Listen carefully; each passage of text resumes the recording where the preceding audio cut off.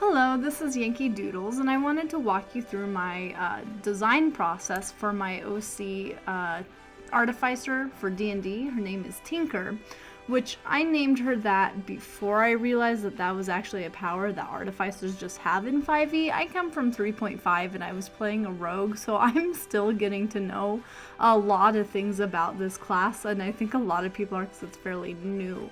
As you can see, as I get started, I'm just kind of playing with some basic shape language, trying to figure out what I want from her in terms of personality. I'm playing with poses, I'm playing with eye shapes. I really wanted her to have this like very energetic, excited, mad scientist vibe, but I also wanted her to come off as like a little bit naive. And youthful. So a lot of these poses, I liked them, pretty good design. Didn't quite go with that persona, just came off as a little too arrogant. So I was reworking just her facial expression and her eye shapes and everything over and over. Really actually loved a lot of the poses I came up with her. I probably should have just gone with them from the beginning, but this is about when I decided that, yeah, no, this feels right. Tilting her head to the side adds that curiosity that she has, that wide smile, the eyes. I really wanted to show that. She's got one eyebrow going in, one eyebrow going up, and then I just went through, and I'm just trying to think of like a pose that would work with her silhouette. I also wanted to give her messy hair, but I decided I didn't want to go too messy. I wanted to go with something a little more unique. I decided Tinker is definitely the type of person who doesn't like to do anything with her hair, so I ended up settling on very lazy braids that she has, and she probably doesn't keep it up very well, so it's got a little strand. So there's kind of the final version. As we go through this, you'll see that I'll probably hop around a lot in terms of what has been recorded. That's because I didn't record every step of this process because it was a lot of footage, and I was still new, so I didn't know to record myself every time. It wasn't a habit I was in.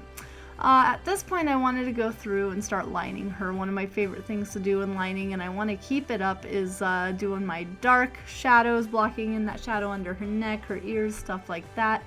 Did have some struggle with the hands, definitely something I intend to keep coming back and practicing outside of speed art videos. Also needed a reference for that wrench.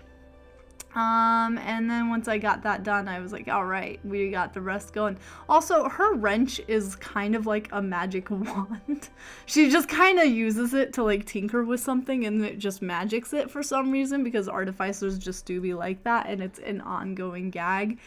She's also got other things like a plate of yeeting that she makes glow, and then she just throws it like a frisbee to see if she can see things in the dark. It's kind of really funny. And then her tail is really fun too. She was born without a tail. So no big sad sob story over that, but it was something that like her artificer master actually built for her within the story. And every once in a while after battle, it'll pop off, which was really comedic the first time because everyone's like, wait, your tail can just fall off? And she's like, yeah, it's crazy, isn't it? And she just puts it back on because that's just Tinker in a nutshell.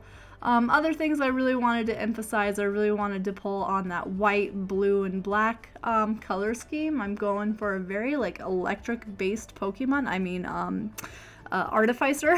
And then I also decided that she is kind of a grungy character. She doesn't really care much about like her facial, or not just facial, but like her maintenance.